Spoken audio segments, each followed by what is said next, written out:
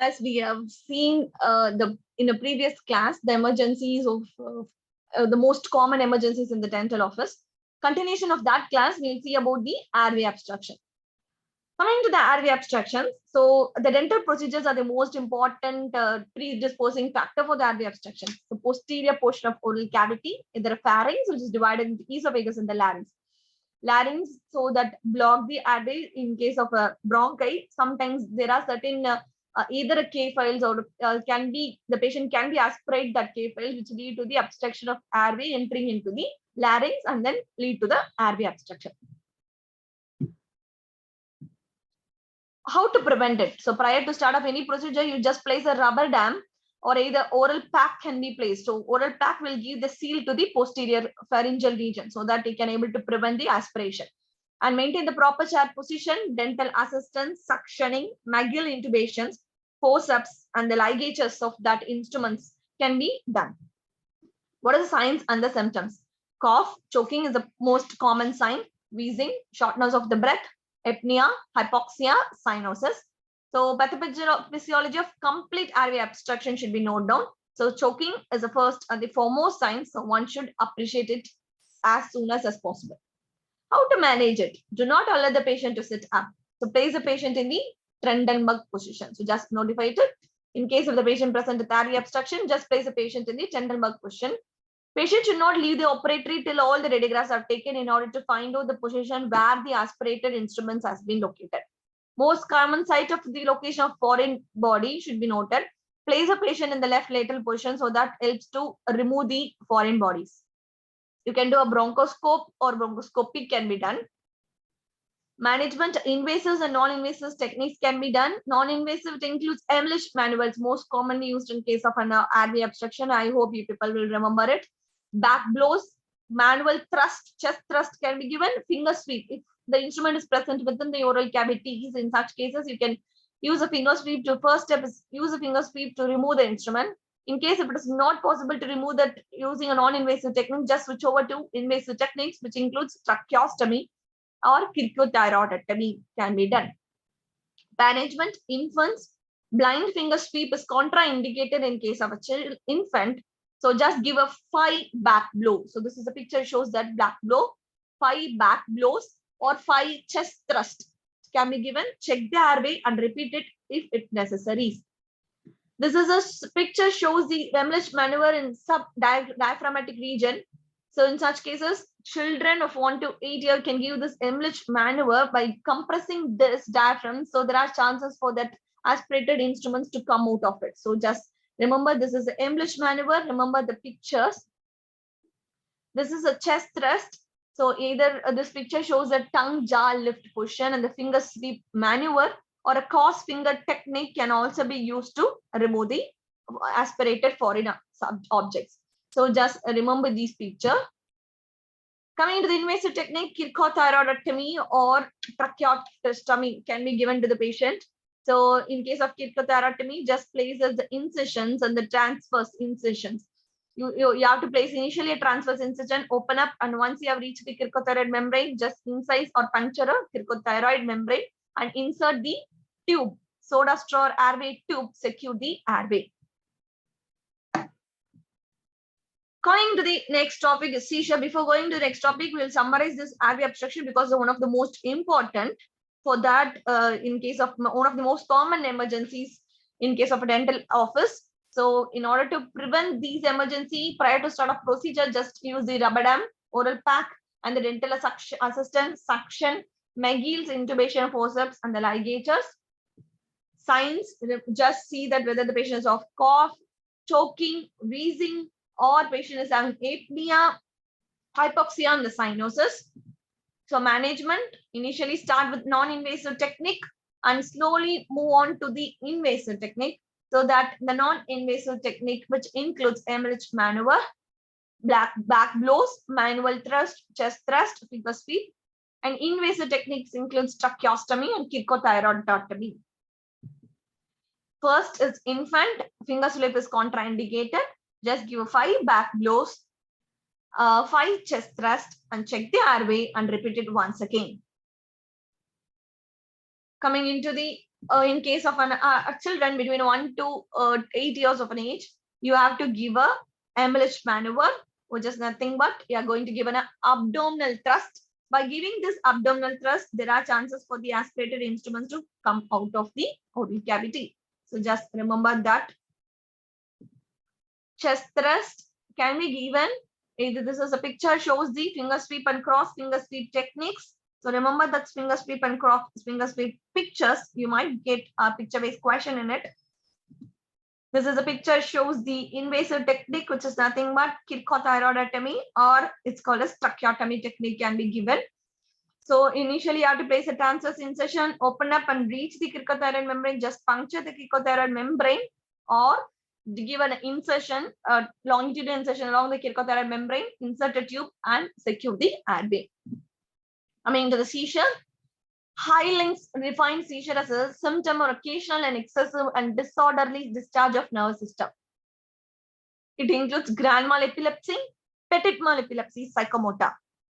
Primary, it's tonic contractions. Secondary, clonic contractions. Grand mal, generalized tonic-clonic seizure is the most common, and it lasts for 2 to 3 minutes. Epileptic cry, increased heart rate and BP. Patient may have a froth in the mouth. Petit mal is called as an absent seizure. The most common in case of infant and children. Lasts for 5 to 10 seconds, sometimes for more than 30 seconds. Patient will be unconsciousness and no movements were seen. Psychomotor, complex partial seizure, onset and terminations are gradual. A late childhood, it most commonly occurs in a late childhood. Birth injury, tumors, patient exhibits some purposeful movement. So this is the condition where the patient will have a psychomotor epilepsy.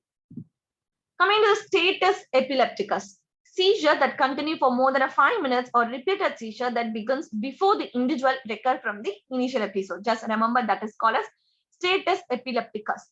Seizures that continues for more than 5 minutes and repeated seizure that begin before the individual recovers from the initial episode. Seen in any type of a seizure, maybe a convulsive or non-convulsive, failure of epileptic patient to take an anti-epileptic drugs. So occurs in a patient who forgot to take this epileptic drugs.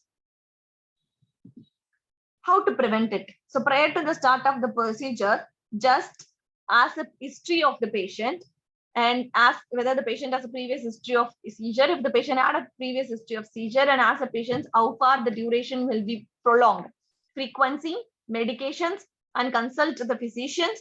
Behavior modification, inhalation sedations can be given. Oral medications like chloral hydrate and midazolam can be given, or deep sedation. The procedure has to be carried out in deep sedation. Management, prevent any injury. So just remove, whenever the patient has attack of seizure, just make sure that the patient is not having anything inside the mouth. So that will prevent the aspiration. Terminate the procedure as soon as possible. Don't fix extremities. Airway should be given to patient. Make a patient to sit in a supine position. Oral secretion should be removed, but because that will cause us the chances to aspirate. Seizure for more than 5 minutes, to just give an anticonvulsant drugs, as I told, diazepams. If the patient is less than 5-year-old, 0.3 milligram per kg with initial dose should not exceed to 0.25 milligram per kg. In children of more than 5 years of an age, 1 milligram per dose IV should be given. Maximum is 10 milligram. Total dose should not exceed 0.75 milligram in case of children less than 5 years of an age. And in case of children more than 5 years of an age, maximum dose is 10 milligram. Either use an IV route or IM route. Just administered 50% of dextrose of about 25 to 50 ml. Coming to the local anesthetic overdose, it causes due to the increased blood level of LA, which is beyond the limit. So due to the rapid absorption and intravascular injection accidentally, 4 to 7 microgram per ml, definitive clinical signs and symptoms can occur. If the administration overdosage is 7.5 to 10 microgram per ml, if it is increased, just remember 4 to 7, patient begins to produce the clinical signs and symptoms. If it is 7.5 to 10, patient will have severe signs and symptoms. So with that, we can able to appreciate it. Prevention, just give a vasoconstrictor along with an LA. Avoid the injecting into the vessels, intravascular injection. So in order to do that, if you're going to give an LA to the patient, just aspirate it. Whatever the procedure, just aspirate and give it to the patient to prevent this LA and over complication. Clinically, sinus, talkativeness, slurred speech, apprehensive, localized muscle twitching, tremor of hands and feet, dizziness, undress up responsiveness, lack of movement, drowsiness, muscle weakness, tonic-clonic seizure, unconsciousness, either coma can occur if it is larger dose. Serious anti-arrhythmic effect, depression of cardiac function, arrest can occur. Management, there is no specific treatment for this type of an early overdose. Stop the procedure, monitor the vital, administrate oxygen, give a diazepam. Coming into the last is thyroid gland dysfunction. Thyroid, either a patient have hypo or hyper. Hypo, the patient have myxedema, cretinism. Myxedema coma symptoms will be generalized edema, body function slowdown, hypothermia, hypoglycemia, brady, hypertension, the loss of consciousness. Management, avoid sedatives, opioids, anti-anxiety drugs.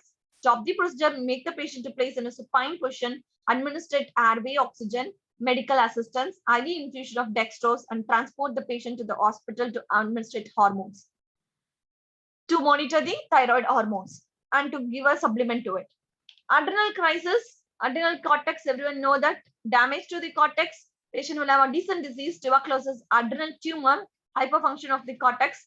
Exogenous corticosteroids lead to asthma, leukemia, arthritis, angioedema, skin defects. Atrophy of these again and again lead to decreased level of corticosteroids.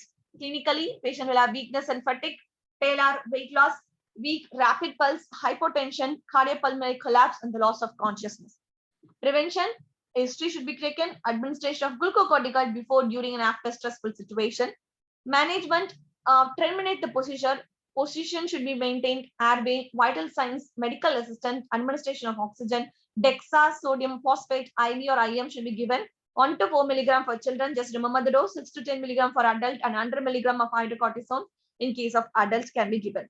So just remember, in case of an history, if you had an history that patient has a previously taking this corticosteroids, make sure that if it is like more than 1 year, there is no problem. If it is less than a year, make sure that you're doubling the dose of the steroid prior to the start of the procedure, on the day of the procedure, and later on it, because that the patient is taking the medication. If the patient is taking a steroid medication, that medication will be suitable for the patient to maintain the stressful situation in normal condition.